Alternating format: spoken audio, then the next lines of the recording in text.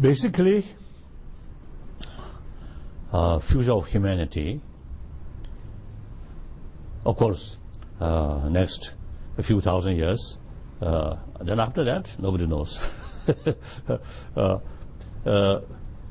Basically, I'm optimistic because one reason.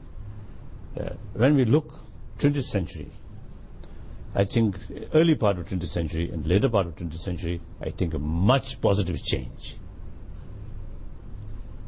You see, in the early part, I think a lot of bloodshed, a lot of bad things, and nuclear holocaust danger, something very, very alive. I think the people's mind, I think war is something normal. I think later part of 20th century, I think that change, desire for peace is really now getting stronger and stronger. And then also, I think in mind, in the past, science, spirituality, or science or mind is something separate. But that also has come closer, like that. So basically, I believe humanity become more mature out of their lot of suffering, lot of sort of painful experiences. Then now, for example, ahimsa. In 20th century, in early part, maybe some people look India's Mahatma Gandhi's ahimsa movement is a signs of weakness. Now today, eventually, in the Luther King in America and also Nelson Mandela in Africa, South Africa, now the non-violent theory actually become political sort of the concept or force like that. Your Holiness, most people's experience, who are on the everyday mundane existence, is that there is more violence today.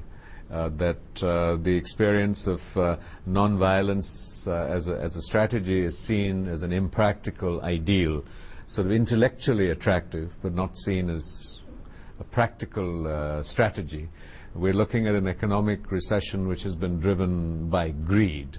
So we're actually seeing that the degradation of human values, more afflictive emotions than less.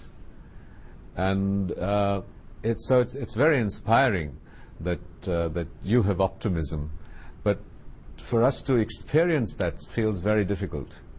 I think anyway, it is quite natural. More challenge, then that may provoke our mind. And then think, now our usual sort of certain things we take for granted, now that may be something wrong.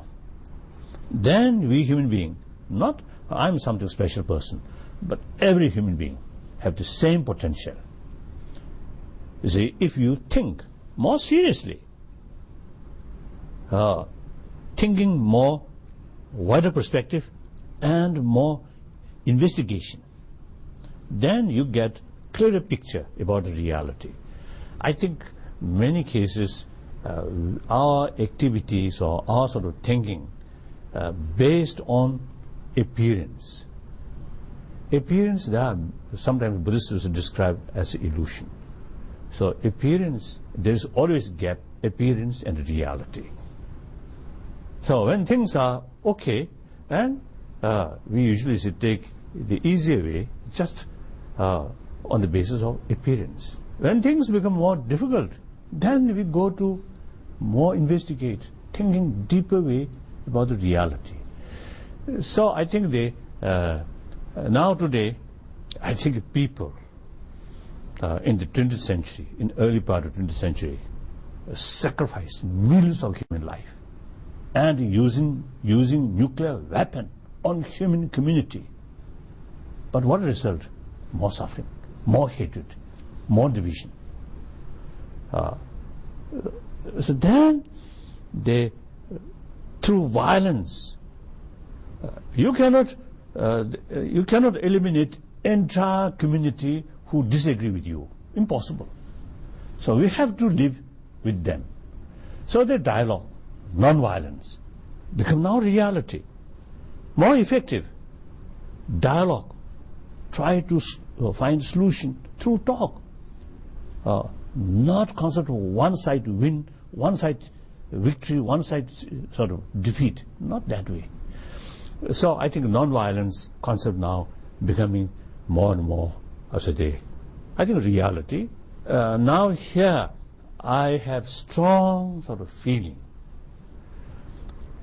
I always telling my Indian friend, my gurus, and also I want to share, I want to tell our interview, through this interview, to appeal my Indian sort of brothers, sisters. Ahimsa, non-violence, and religious tolerance is not the modern product, but century-old India's tradition. Now that old tradition very much relevant to today's world. So now time has come, my boss, Indian guru, must take more active role, promotion of ahimsa, promotion of religious harmony. I think world need that. It is not sort of, it is not good. You see, you just content. You have a long tradition, and seeking something from outside. That's, I think, wrong tradition. I think wrong. Yes, we need modern technology, the modernity we need. But meantime, there's some of our traditional value now must be active, and not only keeping since the whole world becoming one entity, one entity. So to promote this religious harmony and non-violence. So that's, I think, the only way. No matter, now for example, Buddhism, even at the time of Buddha himself, or I think the peak university level, Nalanda masters there, they never try and they cannot convert whole Indian into Buddhist. That's reality. Similarly, Hindus or Muslim, you see, cannot convert the rest of others. Impossible. We have to live together. So in ancient time, each country or each nation, you see, more or less remain isolated. Now that reality also completely changed. So therefore, now we must work together.